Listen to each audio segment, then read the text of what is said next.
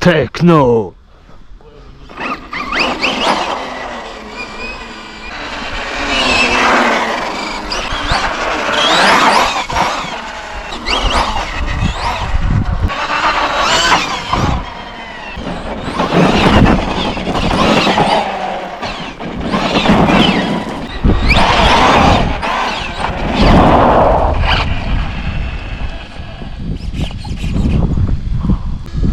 Bon, salut à tous.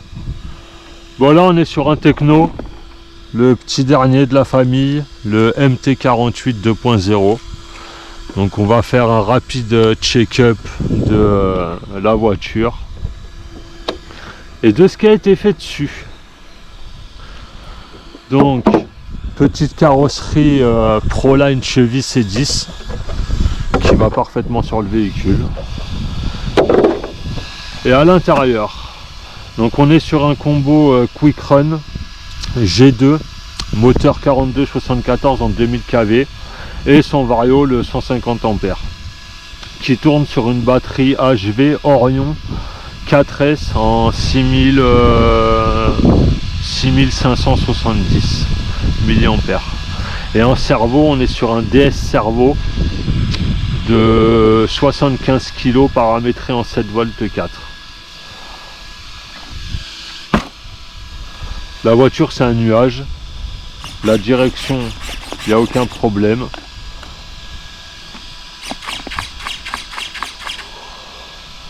Ça fait le job. Pour ce qui est des amortisseurs, je suis passé sur les pièces options de mes amortisseurs du ET48 2.2. Donc capuchon en alu, émulsion. Les pistons ont été changés, c'est les pistons blancs en espèce de téflon qui sont issus du 48 2.2. Et pareil, tout ce qui est ces petites bagues là à l'intérieur, bagues en alu, les petits joints du ET48 2.2, les petites bagues en plastique blanche du ET48 2.2. Donc voilà, grosso modo sur le véhicule, ce qui a été changé de base, ce sont ces pièces. Donc le piston d'origine avec le capuchon d'origine, le piston d'origine. Ça c'est les petites pièces qui ont été remplacées. À la base c'est un plastique de base noir et ça c'est un espèce de plastique genre pomme ou d'ailerin. Ça, la bague aussi d'amortisseur en plastique qui a été changée. La pièce du bas de l'amortisseur en plastique pareil qui a été changée. Et ça c'est les croisillons. Alors c'est les croisillons de diff avant et arrière. Et ça c'est le croisillon du diff central. Donc si vous voulez, ces croisillons là ont été remplacés par les croisillons options qui sont en alu traité dur. Ça c'est de l'acier, ceux que j'ai à l'intérieur c'est de l'aluminium. Donc voilà pour ce qui est du véhicule. Sinon il est full origine. Donc c'est un véhicule qui marche très bien, qui a une très bonne direction, qui a une très bonne suspension. Pour le setup de base, parce que je roule en 2000 kV en pignon 13 avec les roues du Outcast 6S, je pensais que je manquerais un peu de punch, de vitesse, mais au final c'est largement suffisant pour faire ce qu'on a à faire avec. C'est-à-dire que moi je la destine au stunt bash, donc c'est pas forcément un véhicule où j'ai besoin de prendre 80 km/h. J'ai juste besoin d'un petit peu de couple, un petit peu de puissance, histoire de pouvoir être tranquille quand je veux passer mes bacs, mes fronts, faire des petits stoppies, des petits wheelings.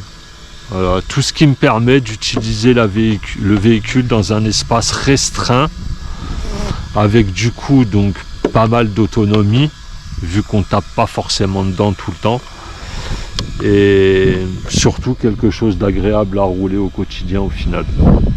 Voilà pourquoi ce véhicule il a été acheté. Je pense que ça sera un digne successeur de son grand frère, le MT410 V1.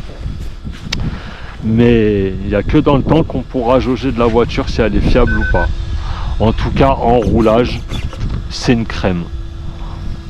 Est-ce que ça vaut cher? Oui. Est-ce que ça vaut son prix?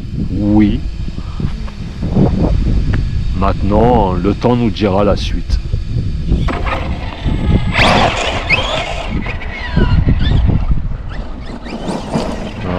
roule, ça freine très bien, ça tourne très bien. Ça fait des petits wheelings sympas. Et c'est solide.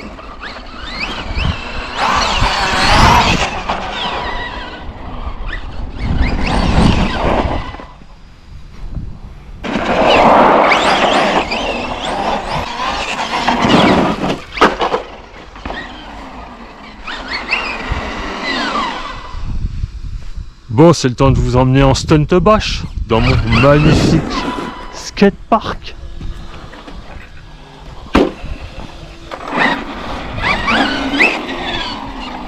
Petit bac.